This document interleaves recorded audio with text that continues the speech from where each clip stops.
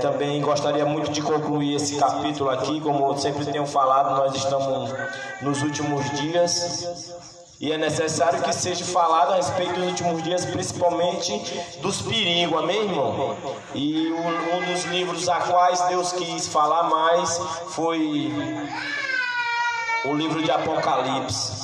Não que ele não tenha revelado nos outros, em todos os outros tem profecia a respeito do final dos dias, mas Apocalipse também ele tem falado demais. E eu gostaria de ler, dar continuidade no capítulo 3, a partir do versículo 11. Amém? Livro de Apocalipse, versículo 11, amém? Só para relembrar, não tenho levado em conta muito aquilo que ele fala no sentido figurado, mas procuro levar em conta aquilo que ele traz como doutrina para nós no sentido literal, porque acredito que Deus se importa mais da forma que nós estamos vivendo para Ele, a partir do versículo 11, irmão. Que Ele se importa mais do que da forma que estamos vivendo para Ele, do que para aquilo que nós estamos pensando dele, porque aquilo que nós precisamos saber dele está escrito na própria palavra dele. O que Deus queria se revelar para nós? O que Deus queria mostrar dele para nós? Onde foi que ele deixou falado isso? Aonde é que ele fala isso? Na palavra dele. O que ele precisou, o que nós precisamos conhecer de Deus está aqui, ó, na Bíblia, amém, irmão? Então é o que ele quis deixar para nós, amém?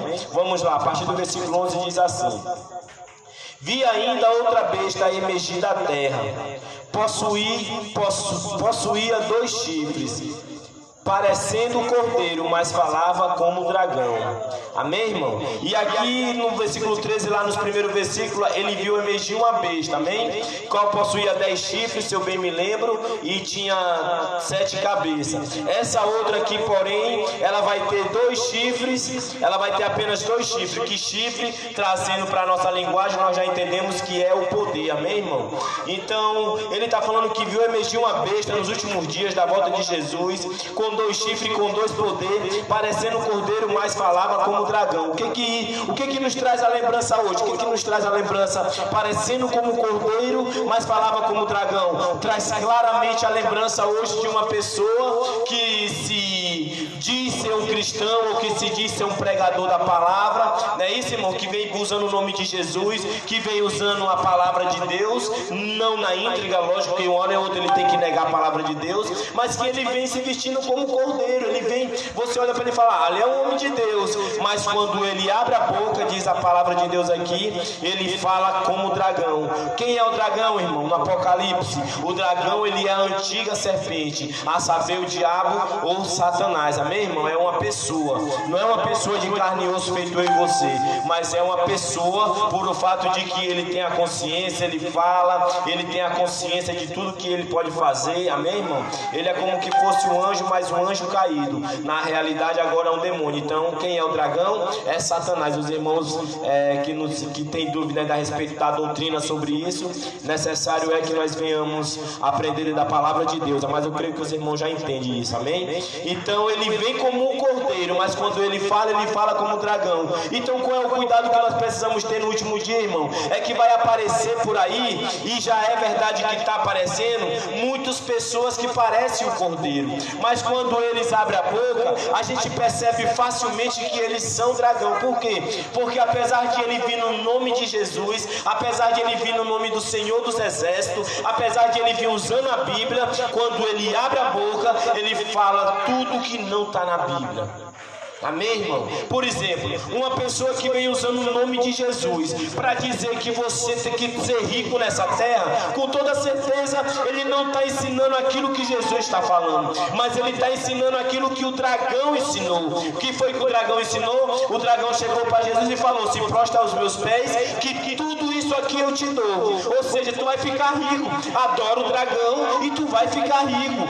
Essa é a falsa doutrina. Ele veio com a Bíblia, porém ele vai falar como um dragão. Então, na verdade, tem muitos hoje que tem sido usado como um dragão, irmão. Ele tem se passado por ovelha, ele tem se passado até mesmo por pastor, ele tem se passado por padre, ele tem se passado por uma pessoa que conhece a palavra de Deus, mas quando ele abre a boca, ele fala como um dragão. Mas não é verdade que essas pessoas têm recebido bastante crédito? É verdade. Por quê? Porque quanto mais se fala desse mundo, Quanto mais se fala das coisas dessa vida, quanto mais se fala daquilo que o olho vê, mais pessoas atrai. Tu quer atrair pessoas, quer atrair multidão, pregador? Fala das coisas do mundo. Agora tu quer ser separado, tu quer ser expulso, tu quer apenas agradar a Deus, comece a falar das coisas eternas, porque é isso que a Bíblia fala. Então, se eu venho no nome de Jesus, é necessário que eu fale das coisas que Jesus falou.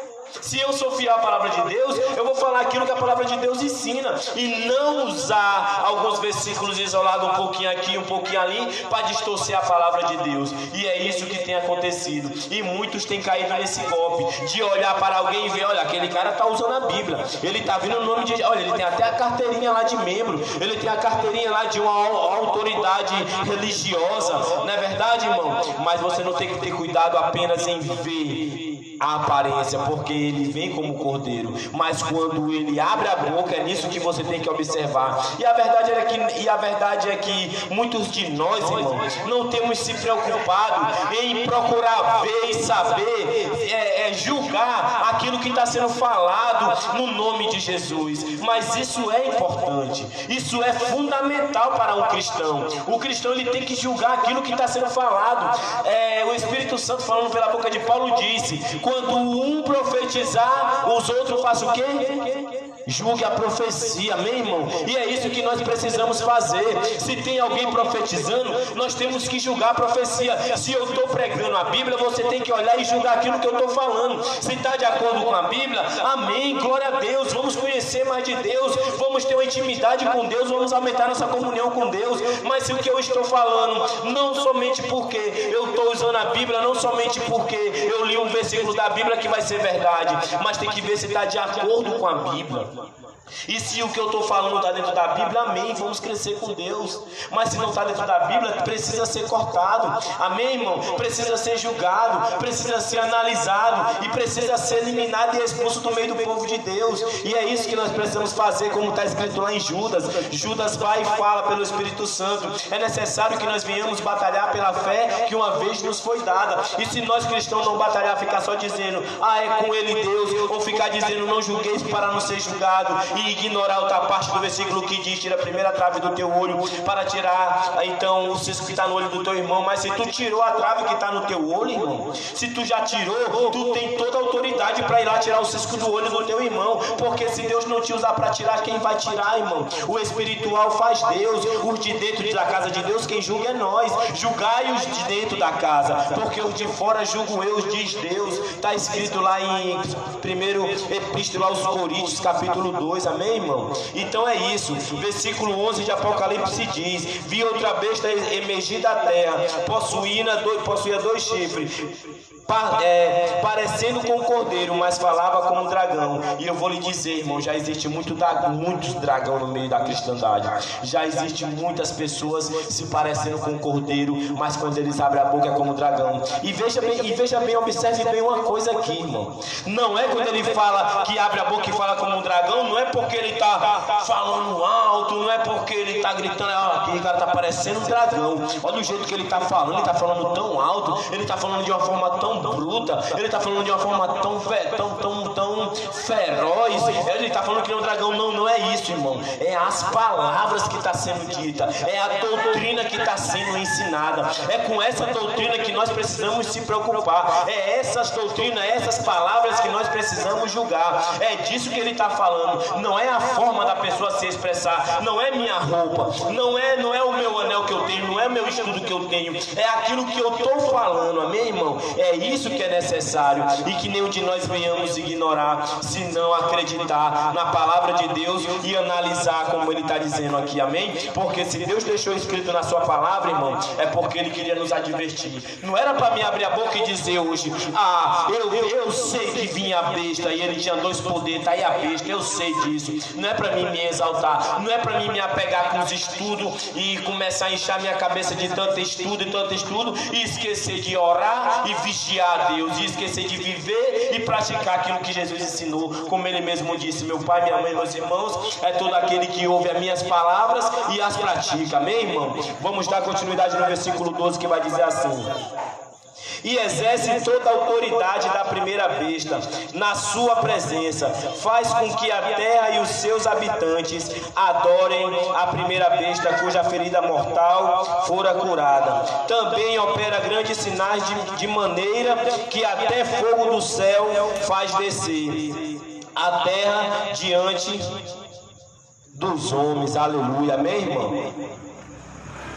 Então ele está falando aqui, irmão, que essa besta, ele também vai operar tão grandes sinais, e ele vem com a autoridade que ele vai operar sinais que toda a terra, como nós vimos nos primeiros versículos lá do capítulo 13, vai se admirar. Amém, irmão? Então alguém vai olhar e vai dizer: não, aquela pessoa, ele é de Deus, não tem como aquele homem não ser de Deus. Olha lá, ele fez milagre, o paralítico andou, o cego enxergou, olha lá, o cara está cheio do Espírito Santo, está pulando, está rodando, está gritando, olha lá, ele está ouvindo, ele está falando. Não, irmão, porque a própria Bíblia está dizendo que ele vai operar tão grandes sinais. E o próprio Jesus também falou, quando eu leio esse versículo, eu lembro que Jesus falou, porque Jesus também falou assim: se naqueles dias não fosse abreviado, nem os meus eleitos seriam salvos, amém, irmão? E viriam falsos profetas, Mateus 24, Lucas 21, né? Marcos 18, e nos últimos dias virão falsos profetas e farão tão grandes sinais.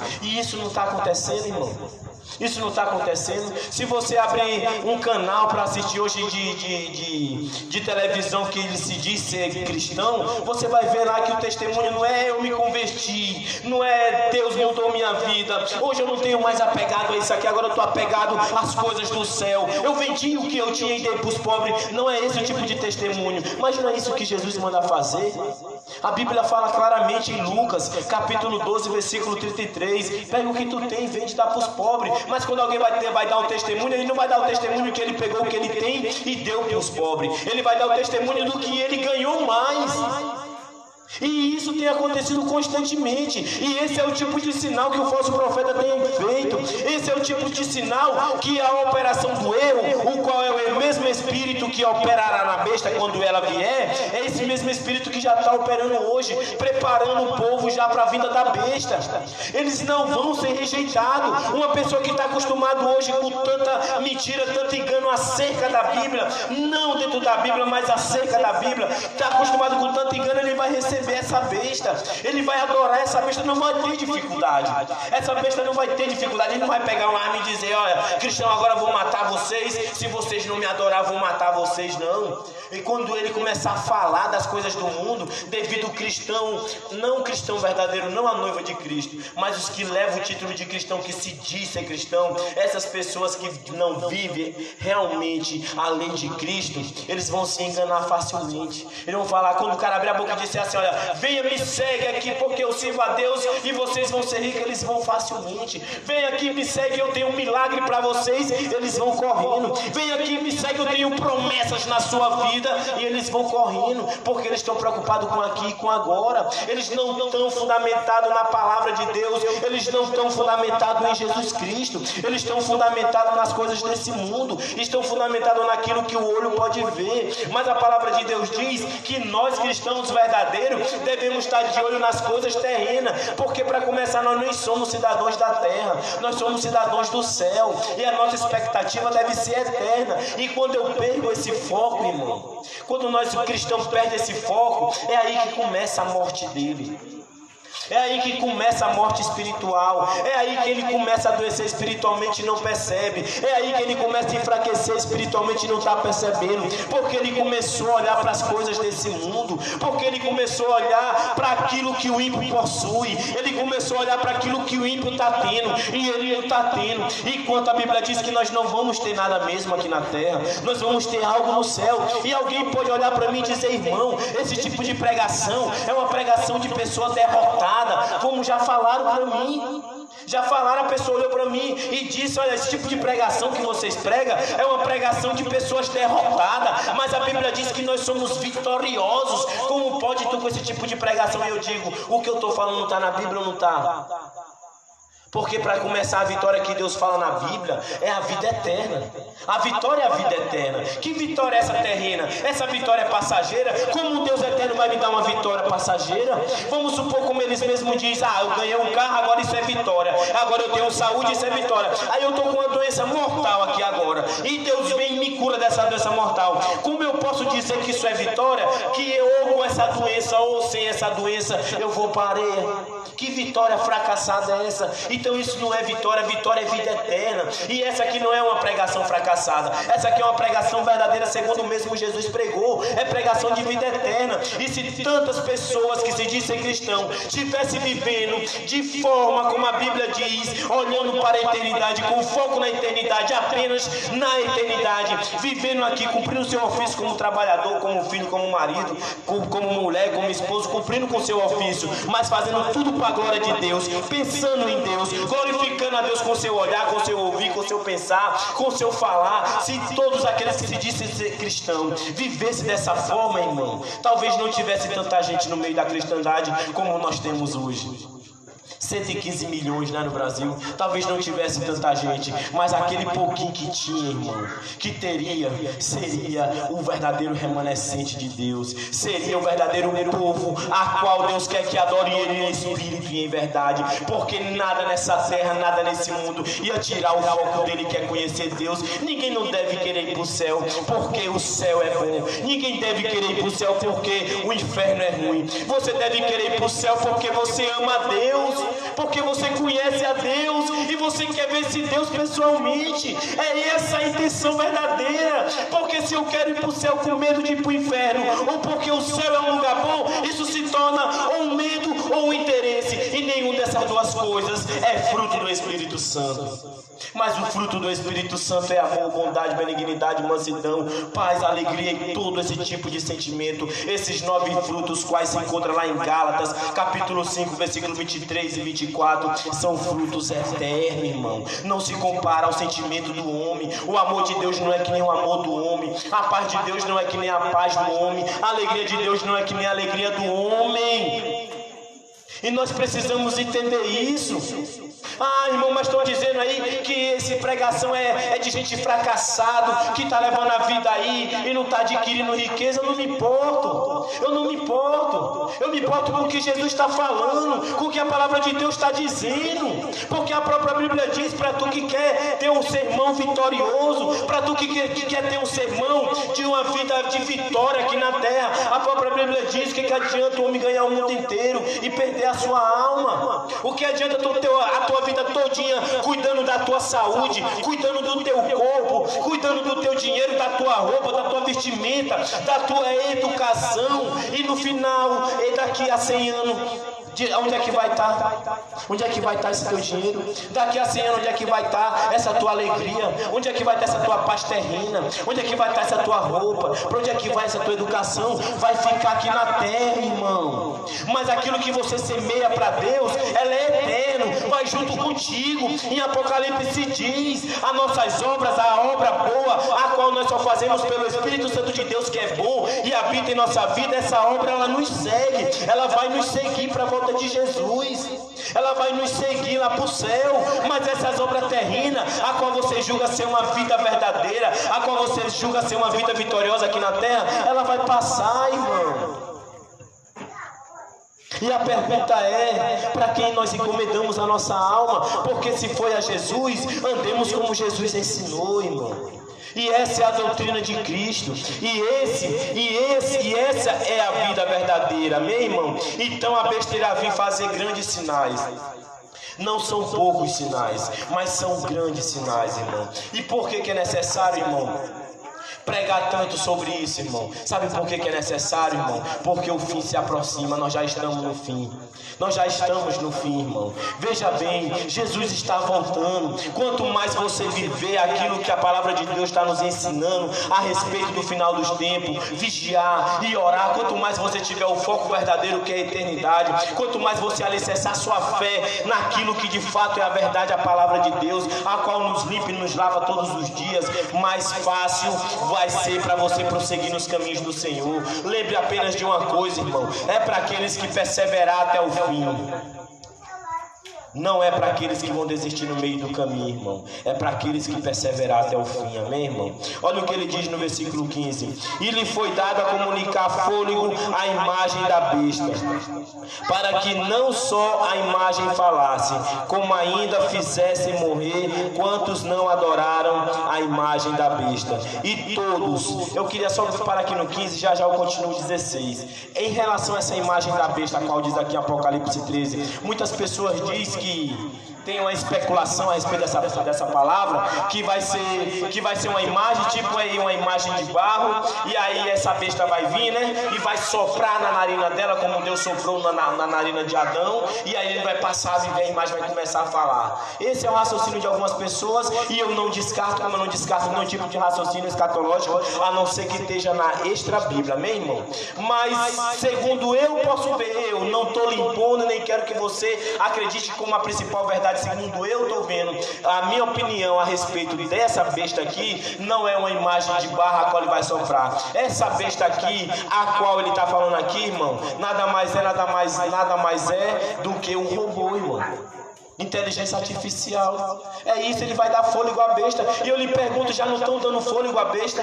Você viu a última tecnologia que fizeram agora de um robô? Você sabia que o último robô agora que estão fazendo, agora ele vai funcionar com oxigênio, igual o nosso? Igual como é que sem oxigênio nós vivemos? Nós morremos, não é isso? Pronto, eles estão fazendo um robô que agora vai funcionar a oxigênio. E isso é dar fôlego de vida à imagem da besta. Eu vou lhe fazer outra pergunta para você pensar um pouquinho aqui, ó. Presta atenção comigo aqui, ó. Me diga de onde é que é feito o robô? De onde? Não, vamos do começo. De onde foi que o homem foi feito? O homem foi feito do pó da terra. Quais são os elementos da terra? Enxofre, são 7 tipos de elementos da terra químicos, amém? E de onde é que saiu? De onde é que faz o robô? O robô faz do ferro, do alumínio ou do cobre, amém? Então onde é que saiu o ferro, alumínio e o cobre? Do pó da terra. Tudo que Deus faz, Satanás quer imitar, irmão. Tudo que Deus faz, Satanás quer imitar. Então, do mesmo jeito que Deus fez o homem do pó da terra, Ele quer fazer o homem dele, a imagem dele, também do pó da terra, o qual é o robô, amém, irmão? Mas esse é apenas a minha opinião, cada qual com a sua opinião, amém? E falando, só sei de uma coisa, Ele vai fazer esse sinal. E esse sinal aqui não é para todos que vão perceber. E mesmo que todos não percebam, fundamental é que o cristão venha perceber isso, amém, irmão? Que nós venhamos perceber isso para que nós venhamos viver. E Ele vai deixar advertência, porque tudo que a Bíblia nos traz de informação, ela nos traz porquê da informação. Por que Deus nos trouxe essa informação de saber que nos últimos dias viria a besta, iria fazer falsos sinais, iria fazer grandes prodígios? Por que Ele não iria trazer? É porque com essa informação Ele quer nos advertir. Porque o bom pai, ele adverte o seu filho, amém, irmão? E o bom filho, ele obedece ao seu pai, amém, irmão? E Deus é o nosso pai, amém? Glorificado seja o nome do Senhor para todos sempre. Então agora ele vai dizer no versículo 16: e todos, pequenos e grandes, os ricos e os pobres, os livres e os escravos, faz que lhe seja dado certa marca sobre a mão direita e sobre a mão esquerda, para que ninguém possa comprar ou vender, senão aquele que tem a marca da besta, o nome da besta ou o número da besta, marca da besta, nome da besta ou o número da besta, o número do seu, ou o nome do seu nome, né? Aqui está a sabedoria. Aquele que tem o entendimento, entende e calcule o número da besta, pois é número de homem. Ora, esse número é 666. Amém, irmão? E aqui se encontramos mais uma vez em um assunto o qual é bastante discutido, o qual há bastante divergências no meio da irmandade, no meio da cristandade, há bastante divergências, amém, irmão? A respeito desse chip. Por quê? Porque uns dizem que é o chip, outros dizem que é um código de barra, outros dizem que é dia, amém, irmão? Por exemplo, a igreja adventista diz que vai ser o dia de sábado, né? Existe também os reformados que dizem o seguinte: o reformado diz assim: esse sinal da besta, ele é espiritual. espiritual, porque o sinal de Satanás é espiritual, o sinal de Deus é o Espírito Santo, né? Não está dizendo lá, seremos selados pelo Espírito Santo, Efésios capítulo 1, versículo 13. Então, se nós somos selados pelo Espírito Santo, o sinal da besta também vai ser espiritual. Logo, é uma disposição mental, é isso que os reformados falam, meu irmão. E em relação ao selo na mão, a marca na mão, é quando você começa a trabalhar para o sistema da besta, que é o sistema do governo. E nenhuma dessas aí eu posso concordar. Por quê, irmão? Porque, primeiro, vamos supor que o sinal fosse só na mente e fosse somente com o meu modo de agir. Se fosse assim, e como é que eu continuo comprando e vendendo? Por exemplo, a pessoa que eu vi falando isso é uma pessoa que ele é bastante conceituada na palavra de Deus, é uma pessoa bastante conhecida aí na internet que falou isso. E a pergunta que eu fiz para ele é a seguinte: irmão, pois se tu diz que a marca da besta ela é apenas na mente e é somente a sua prática de vida, eu vou lhe fazer uma pergunta: você compra? Você vende? Pois então você já está com a marca da besta, porque a Bíblia diz que aquele que não tem a marca da besta nem vai poder comprar e nem vai poder vender. Então também levando para aqueles que dizem que é o dia, como ele diz, é o domingo, a marca da besta é o domingo, é porque aquele que não guarda o sábado. Então também eu desfaço essa daí. Por quê? Eu não posso concordar essa daí. Por quê? Porque se eu não comprar no sábado, eu compro no domingo, eu compro na terça, eu compro na quarta. E eu lhe pergunto, qual é a base de alguém perder o emprego por causa de dia? E a própria Bíblia diz o quê? A Bíblia diz assim, Jesus falou: bem-aventurados sois quando fores perseguidos por meu nome. Se você voltar alguns capítulos do livro de Apocalipse, você vai ver lá em Apocalipse capítulo 7, que alguém olha para João e diz assim: quem são esses aí vestidos de roupa branca? E João olha e fala: não sei. E o ancião olha para ele e diz assim: esses aí são os que vieram da grande tribulação, que lavaram as suas vestes no sangue do Cordeiro e que foram mortos e perseguidos pelo sangue do Cordeiro. Ou seja, a Bíblia nos informa o tempo todo que nós cristãos, nós vemos na história da Bíblia, lá em Atos dos Apóstolos, da Igreja Eterna, nós vemos na história do cristianismo, lá nas igrejas eternas, nas 7 igrejas de Apocalipse, nós vemos na história que a igreja todinha ela foi morta, ela foi apedrejada, ela foi presa, ela foi perseguida por apenas um motivo. Qual foi o motivo? Porque eram cristãos, porque serviam a Cristo, porque glorificavam o Senhor por meio de Jesus Cristo. Não era por causa de dia, não era por causa de ideologia, entendeu, irmão? Mas é por causa de Cristo, é por causa da palavra de Deus, irmão. Jesus diz lá em Evangelho de João: no princípio era o verbo, a Bíblia. O verbo se fez carne e habitou entre nós, Jesus. Então é por causa desta palavra, por causa da doutrina de Cristo, é que nós vamos ser perseguidos. É como eu sempre falo, aqui também fala em Apocalipse que nos últimos dias viria o ecumenismo, amém, irmão? E esse ecumenismo ele é inevitável. Então qual é o diferencial do cristão? É porque você chega para um muçulmano, ou você chega para um budista, ou você chega para uma pessoa de outra religião e você vai falar para ele: ó, eu sou dessa religião aqui, mas você é da sua religião, mas nós acreditamos em Deus. Amém, irmão? Nós acreditamos em Deus. E o mesmo Deus que você acredita, eu também acredito. Amém, irmão? Glória a Deus. E glória a Deus, louvado seja o nome do Senhor, irmão.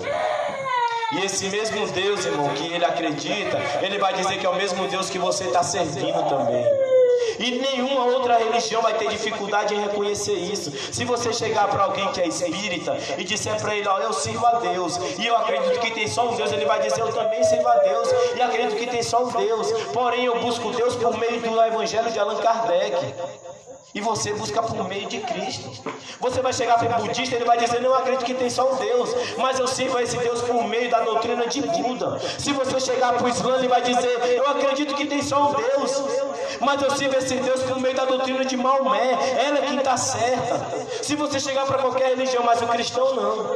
Se você chegar para o cristão e dizer assim: não, eu acredito que tem só um Deus, mas eu sirvo ele pela doutrina de Maomé, o cristão verdadeiro, ele vai ter que olhar para você e dizer assim: infelizmente, eu tenho que lhe falar aqui uma coisa: nós não servimos o mesmo Deus. Você está enganado, você não serve o mesmo Deus que o meu. O meu Deus que fez o céu, a terra, o mar e tudo que nele existe. Nós não servimos o mesmo Deus. Ele vai falar: por quê? E eu vou dizer para ele: sabe por que nós não servimos o mesmo Deus? Porque o meu Deus, você você só vai chegar a Ele, não é por meio de Allan Kardec, nem Buda, nem Islã, nem hindu, nada disso, candomblé não. Só há um caminho para você chegar nesse Deus, é Jesus Cristo. E esse Jesus se revelou na palavra de Deus, o qual é a Bíblia. Se tiver outra coisa, não é de Deus, você não vai chegar a Deus, você vai estar enganado e você vai para o lugar errado, menos para perto de Deus, irmão.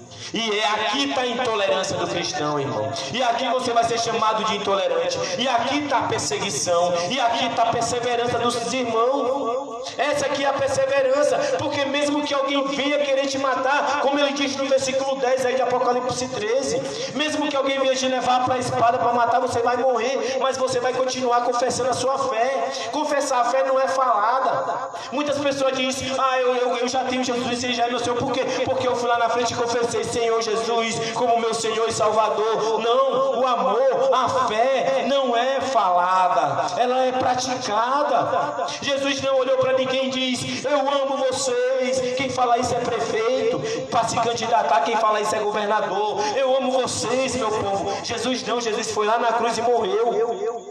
Ele foi lá na cruz e morreu. Esse é o verdadeiro evangelho. Essa é a perseverança dos santos, em reconhecer Jesus como único Senhor e Salvador. E aquele que está contrariando isso, ele irá combater, ele irá batalhar. Com o que, irmão? Com arma, com revólver, com faca, com discussão? Não, com a Bíblia, com a palavra, refutando dentro da palavra de Deus, batalhando pela fé que uma vez nos foi dada, irmão.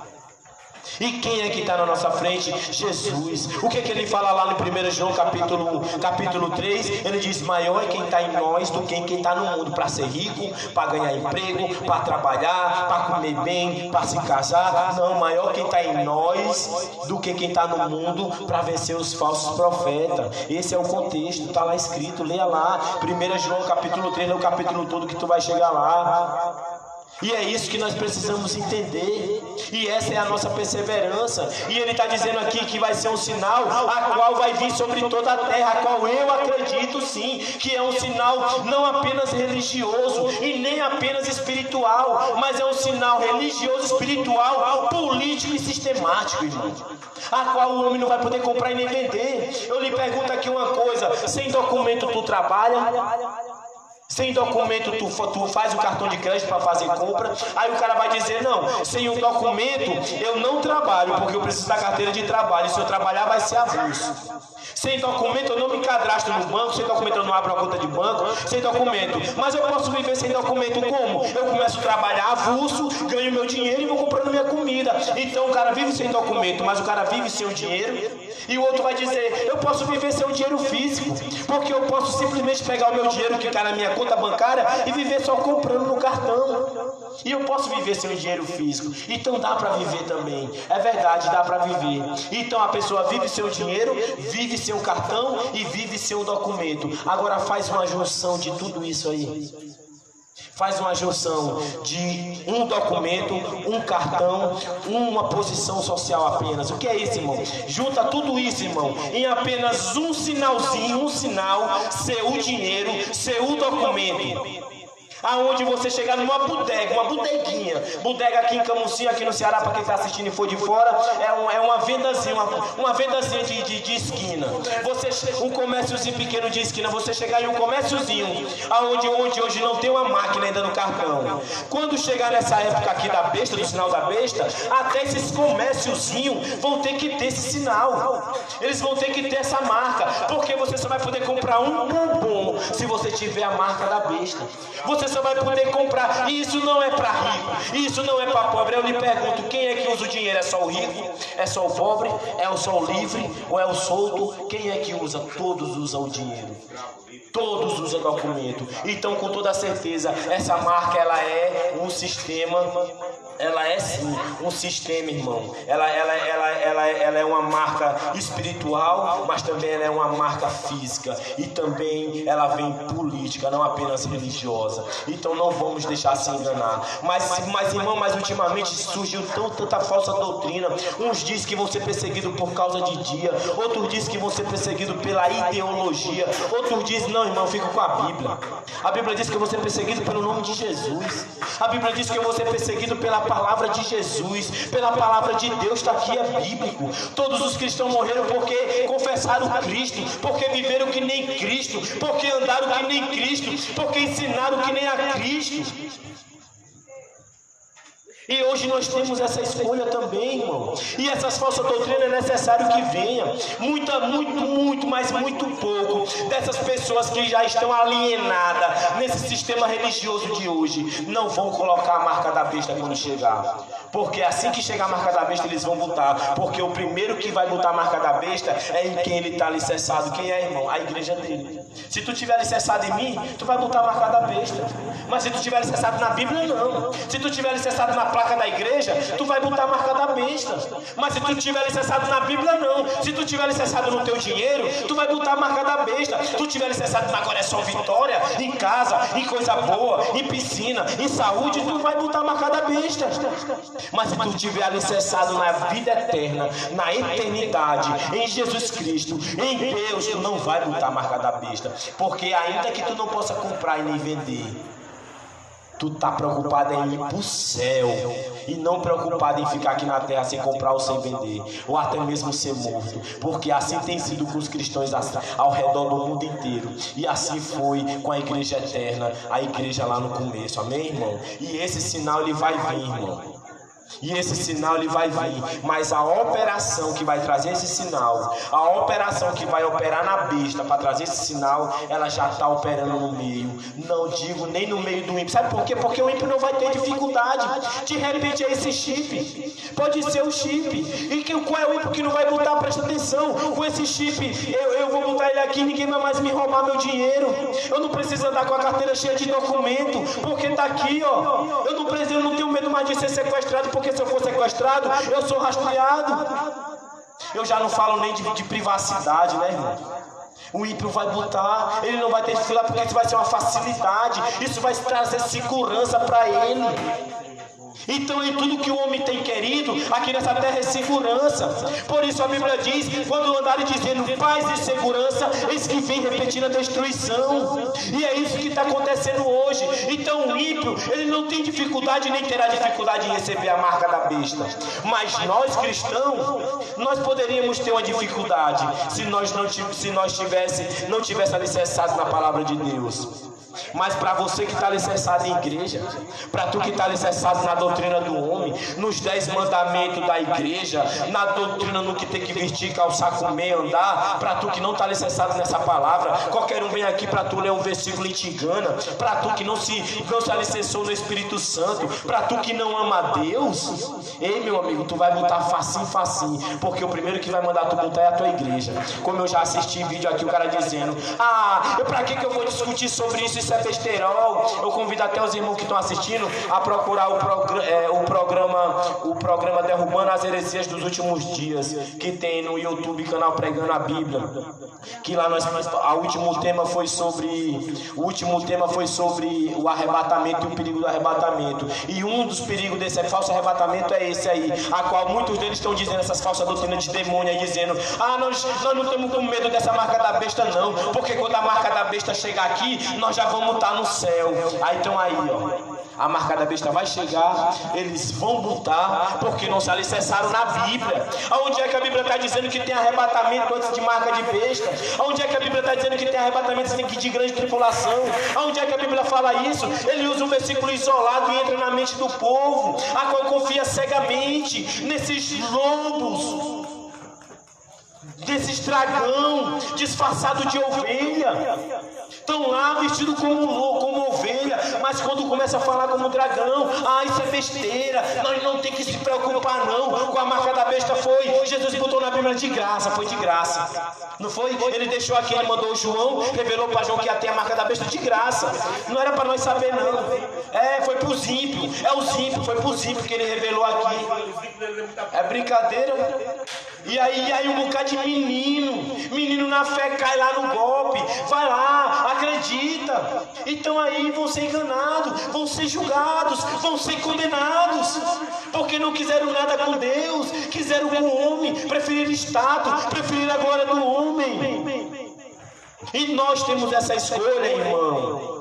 Nós temos essa escolha.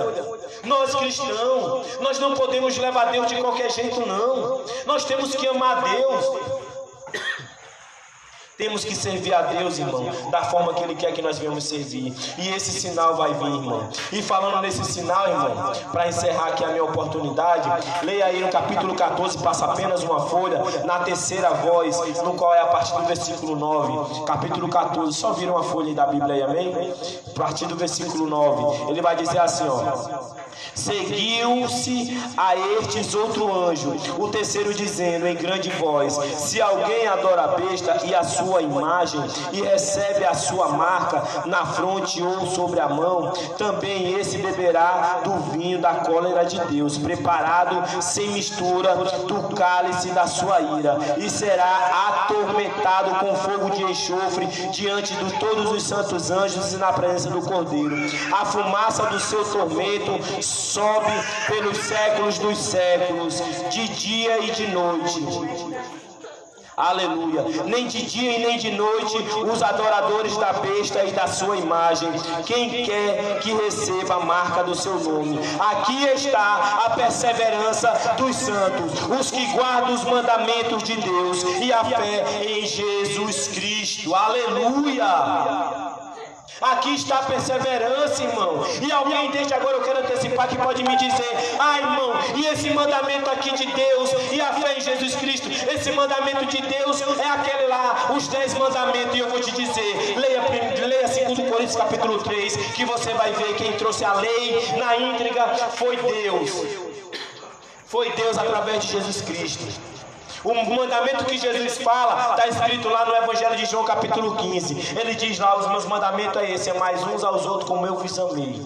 Esse é o mandamento de Jesus. Jesus, qual é o principal mandamento? Jesus falou: ouve, ó Israel, amarás a Deus de todo o teu coração, com todo o teu entendimento, com toda a tua força. Não farás para ti imagem de escultura para adorar, porque adorarás somente o teu Deus. Ama a Deus acima de tudo e todas as coisas. Esse é o mandamento de Deus. E o outro mandamento: ama o teu próximo como a ti mesmo, ou mesmo como Jesus te amou, dando a vida por ti. Esse é o mandamento. Nisso constitui toda a Bíblia. Nisso está alicerçado toda a Bíblia, nesses 2 mandamentos: amar Deus acima de tudo e a fé em Jesus Cristo, irmão. Nós temos. Como é que eu posso dizer que eu tenho fé em Jesus e eu me fundamento na lei dos 10 mandamentos de pedra? Não, irmão. Se você guarda aquilo que Jesus ensinou, você automaticamente está guardando a lei toda, porque você não vive mais, Cristo vive em você, irmão. E se Cristo vive em ti, logo Jesus guardou todos os mandamentos. É de graça que nós somos salvos. Eu não posso bater no meu peito e dizer: ah, eu não matei, eu não roubei, eu adulterei, eu guardei dia, eu deixei de comer aquilo. Não, naquele dia ninguém vai se gloriar diante de Deus, não. Pela graça sois salvos, para que ninguém venha se gloriar. Efésios capítulo 5. E aqui está, a marca da besta vai vir, irmão.